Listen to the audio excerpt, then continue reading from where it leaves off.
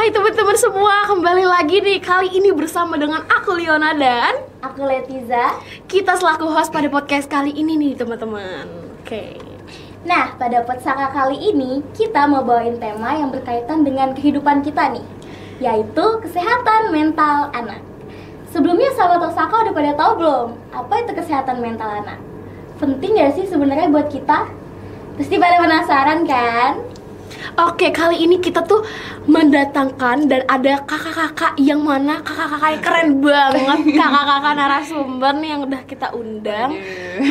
Kira-kira kalian udah kenal belum ya? Dan dari kakak dulu deh mungkin. Halo teman-teman, salam anak Badung. Oke, kenalin nama aku Nikara Indah Ayu Putrabian atau yang biasa dipanggil Dinda. Aku merupakan Duta Anak Badung Dedikasi tahun 2025. Salam kenal semuanya. hai. Salam kenal Kak Dinda. Salam kenal semua. Nah, jadi tadi Kak Dinda udah nih. Sekarang aku. Halo teman-teman semuanya. Nah, jadi sebelum itu tadi kan udah disapa tuh sama Kak Dinda dengan salam anak Badung. Jadi anak-anak Badung itu punya salam teman-teman. Nanti boleh diikutin ya. Kalau aku bilang 1, 2, 3, terus kita punya salam anak Badung. Oke. Aman? Aman. 1, 2, 3. Salam anak Badung. Keren ya. Jadi kenalan dulu nih ya. Oke.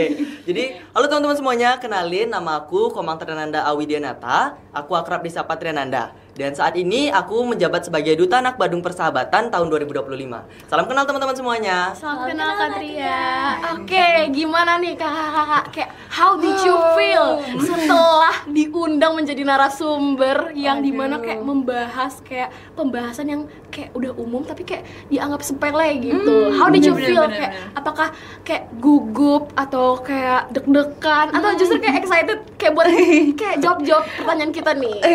Oke, mungkin mulai dari aku dulu ya kali ya. Oke. Tentunya sangat-sangat nervous dan juga excited.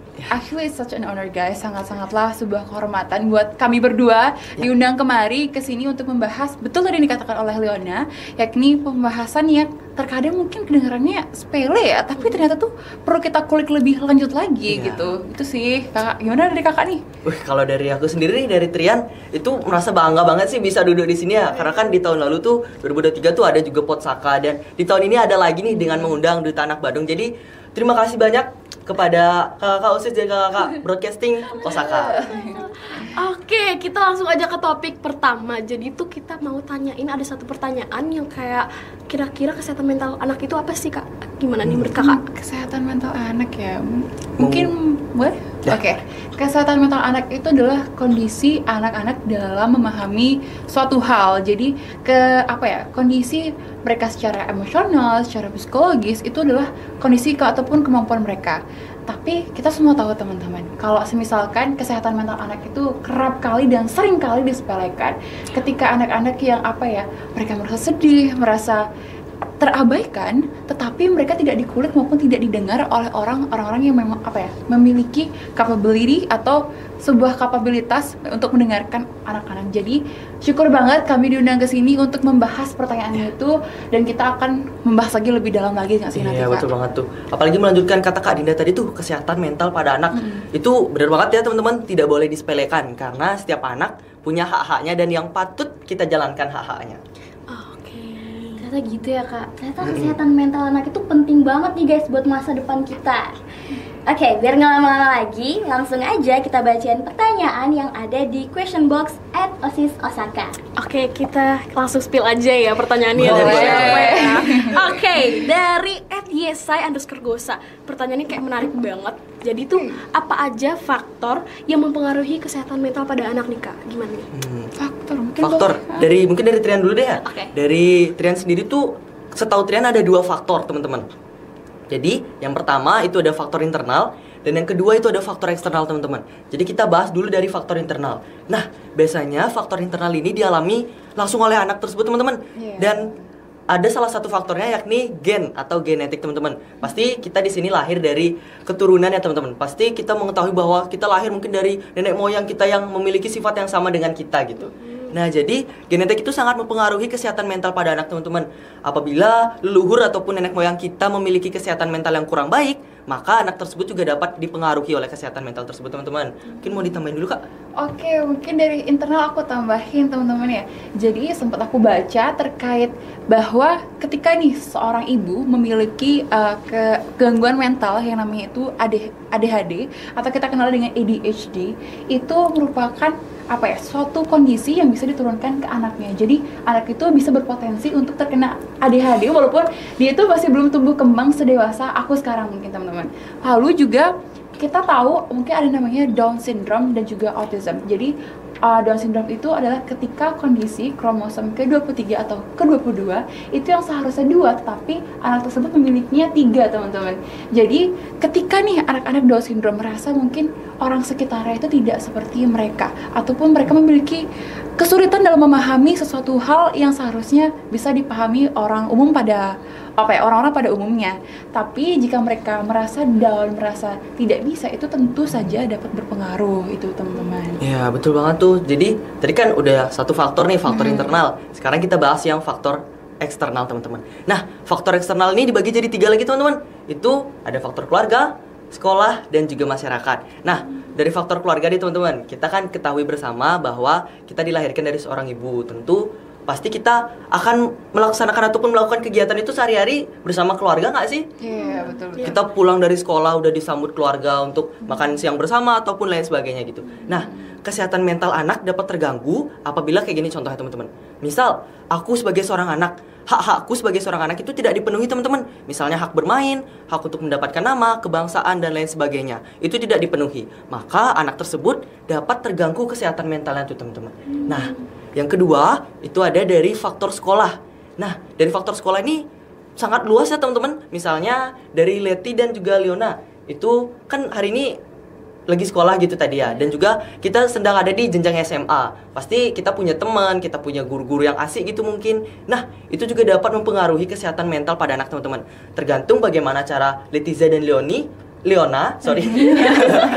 sorry. Nah, untuk menanggapi hal-hal yang Leona dan Letiza itu dapatkan di sekolah gitu. Misal kalau gurunya ngajar itu-itu aja, terus temennya kayak suka ngebully gitu, tentu kesehatan mental Letiza dan Leona tuh dapat terganggu gara-gara itu.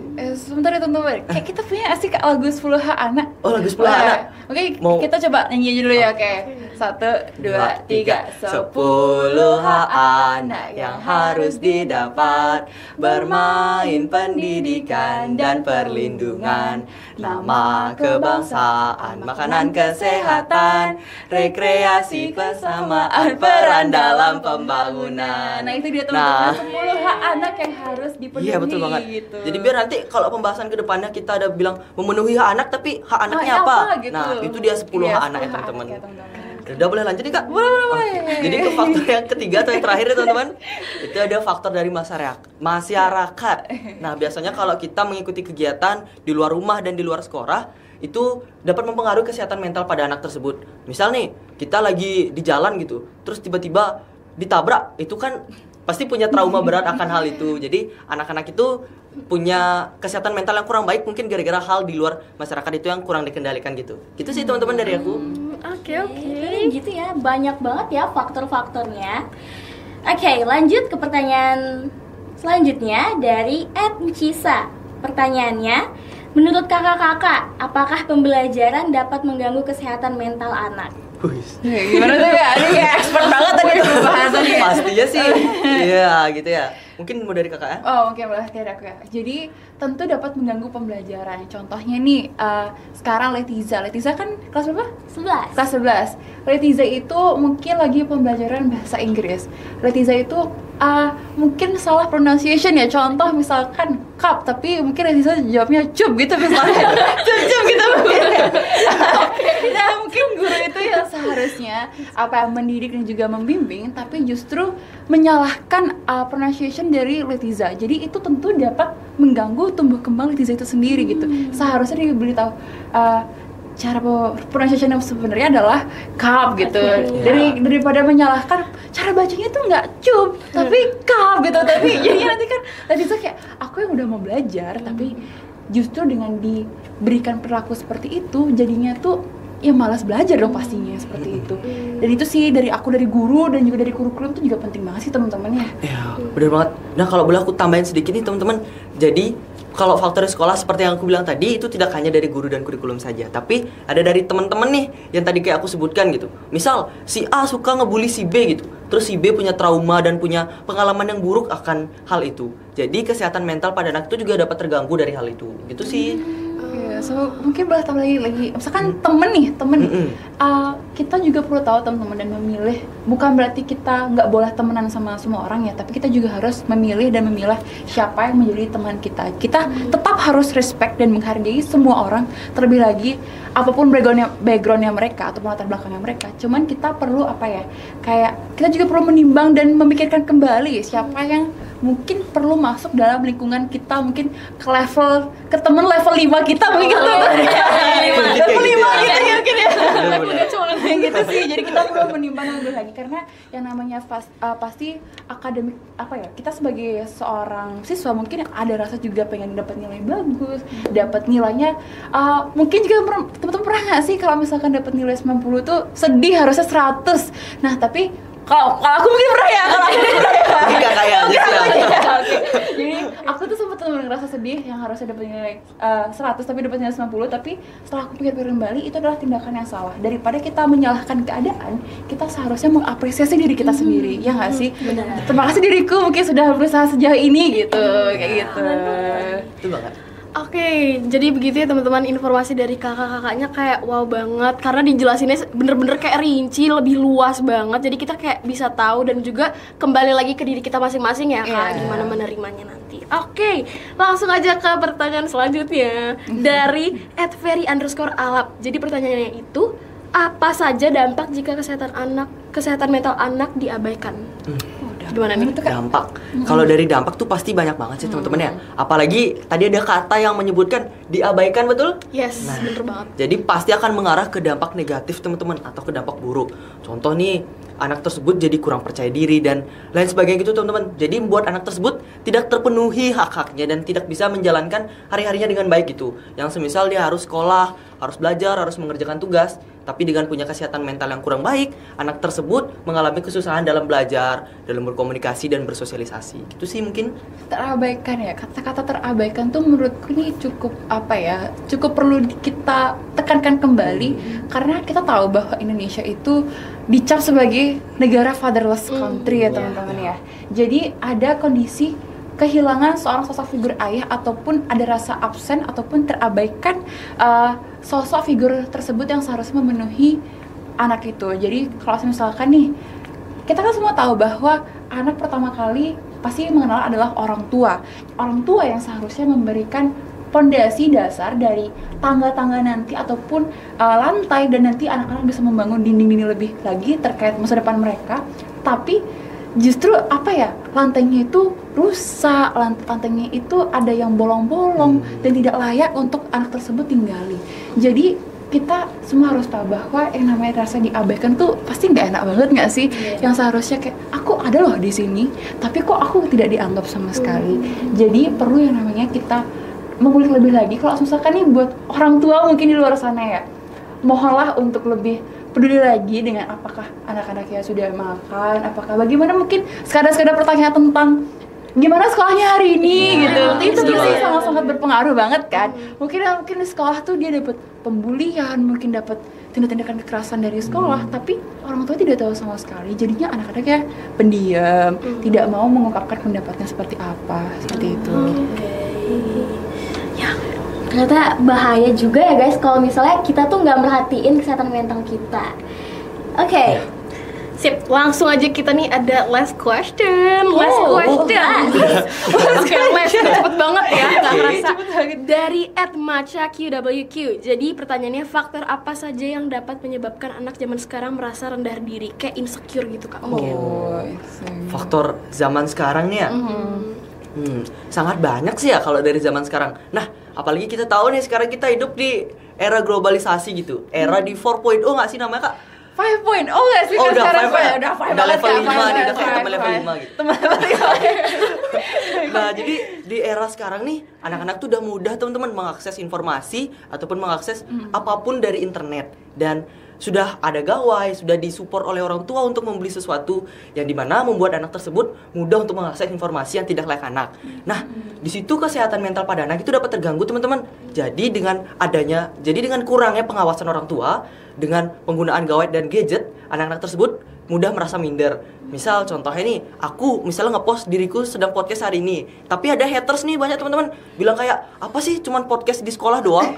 Terus aku merasa diriku minder dan disitulah kesehatan mentalku itu dapat terganggu gitu sih. Iya, jadi kalau udah rendah diri ya teman ya, atau insecure, kita juga perlu ketahui ya teman-teman ya, tidak selamanya rasa insecure itu buruk jika kita menanganinya dengan baik.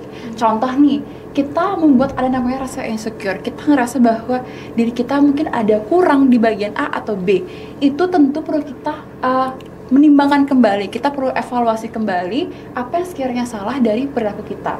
Tapi perlu kita ketahui juga, jangan terlalu berlebihan terkait hal itu, karena sesuatu yang berlebihan pasti tidak baik ya.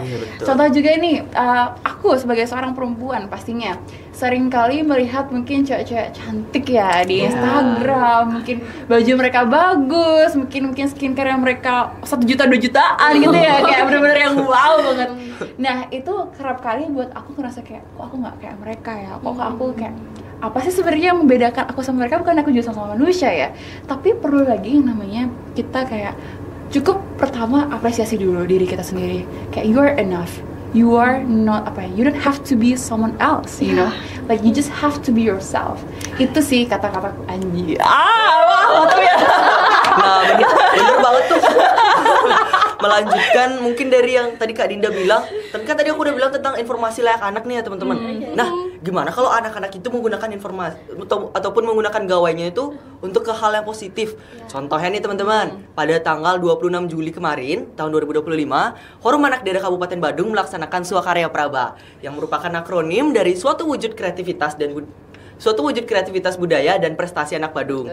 Nah, jadi Swakarya Praba itu merupakan perayaan Hari Anak Nasional teman-teman di Kabupaten Badung. Dengan merayakan Hari Anak Nasional, diadakanlah berbagai lomba nih, mulai dari lomba Mesatue, lomba mading dan banyak banget. Boleh teman-teman kepoin di IG Fat Badung ya. Nah, jadi daripada mengakses informasi yang tidak layak anak, kenapa kita tidak mengisi partisipasi aktif kita untuk melihat informasi yang layak anak teman-teman? Seperti contohnya Swakarya Praba. Itu sih tambahan dari aku. Bener sih kayak Swakarya Praba. Mungkin teman-teman bisa cek ya IG Fat Badung di Instagram teman-teman. Yes, betul. Langsung dikepoin guys. Iya betul. Kepoin. Oke, ternyata banyak juga ya faktor-faktor yang bisa menyebabkan anak zaman sekarang itu merasa rendah diri ya Kak. Iya, betul. Oke. Dan juga kayak dari sini kita juga bisa sadar dan juga kita kayak lebih mengerti buat kayak lebih care sama lingkungan kita sendiri kan, buat teman-teman kan, kayak make sure gitu apakah mereka oke aja. Iya gitu. betul. Oke, jadi maaf sebelumnya aku ada sedikit tambahan terkait, maaf aku potong pembicaraannya. Jadi kami ada namanya Puspaga dan juga Sapa 129. Puspaga itu apa Kak? Puspaga itu adalah pusat pembelajaran keluarga teman-teman. Jadi kalau teman-teman ada yang memiliki ataupun dari anak-anak itu mengalami kekerasan gitu di rumahnya dan mengalami kesehatan mental yang kurang baik, Puspaga adalah tempatnya. Teman-teman bisa melaporkan kejadian tersebut dan juga bisa mungkin mengedukasi gitu mungkin agar lebih mendapatkan tempat yang tenang gitu sih di Puspaga. Iya betul teman-teman. Itu sih Kak. Oke teman-teman, itu dia tadi pembahasan menarik tentang kesehatan mental anak. yes, bener banget nih. Tapi sebelum itu kita mau tanya dulu nih sama kakak narasumber kita. Oke. Gimana nih? Jadi kayak pesan dari penjelasan yang udah disampaikan kakak narasumber nih, Kak Dinda dan Kak Trian, sebelum kita akhiri, jadi kayak mohon maaf banget ya kalau misalnya ada kata yang kurang berkenan di hati kakak, dan apa nih kira-kira kesan dan pesan kakak? Oke, boleh ya. Oke. Tentunya saya dan juga kami di sini mengucapkan minta maaf teman-teman ya kalau sekiranya ada kata-kata yang tidak seharusnya diucapkan teman-teman ya. Tapi tentu buat teman-teman dan seluruh anak-anak di luar sana, percayalah dengan diri kalian, percaya dengan potensi kalian, karena percayalah apa yang sudah tertakar tidak akan tertukar teman-teman. Jadi perlu lebih tahu lagi tentang kondisi teman-teman semuanya. Percaya dengan potensi kalian, jangan sampai teman-teman merasa bahwa diri kalian itu selalu kurang. Karena percayalah Tuhan itu membuat kita dengan kelebihan dan kekurangan itu sendiri teman-teman. Ya. Nah itu dari Kak Dinda, sekarang dari aku. Dari Trian sendiri nih, mungkin mau mengucapkan terima kasih dulu kepada kakak-kakak OSIS Osaka dan Broadcasting Osaka gitu karena sudah mengundang kami. Dan juga nih teman-teman, untuk anak-anak di seluruh Indonesia, kamu tidak sendiri. Kamu memiliki berbagai teman, berbagai ras, jenis suku yang ada untuk bisa kamu ceritakan tentang permasalahan kamu. Dan kalaupun kamu tidak punya, kamu memiliki orang tua, kamu memiliki peran masyarakat dan sekolah. Jadi itu juga bisa membantu kamu dalam proses perkembangan dan pertumbuhan teman-teman. Jadi di sini kami sebagai seorang anak tentu juga akan membantu. Dan apalagi kita sebagai seorang duta anak nih Kak, pasti akan membantu pertumbuhan dan perkembangan anak di Kabupaten Badung terutama ya. Dan mungkin aku ingin ngasih satu pantun sih untuk menutup kegiatan kita nih ya. Boleh? Tapi pantun 2 baris aja sih ya. Jangan berekspektasi lebih. Tiba banget ya ada pantun ya. Jadi pantunnya tuh jalan-jalan bersama Mesia. Cakep. Oh ya, ulang-ulang deh. Lupa tak briefing, ntar bilang cakep ya. Oke. Jadi jalan-jalan bersama Mesia. Cakep. Semangat untuk anak-anak di luar sana dan di Indonesia. Ini nyiapinnya kapan tuh Kak? Baru 1 menit yang lalu sih kebetulan ya.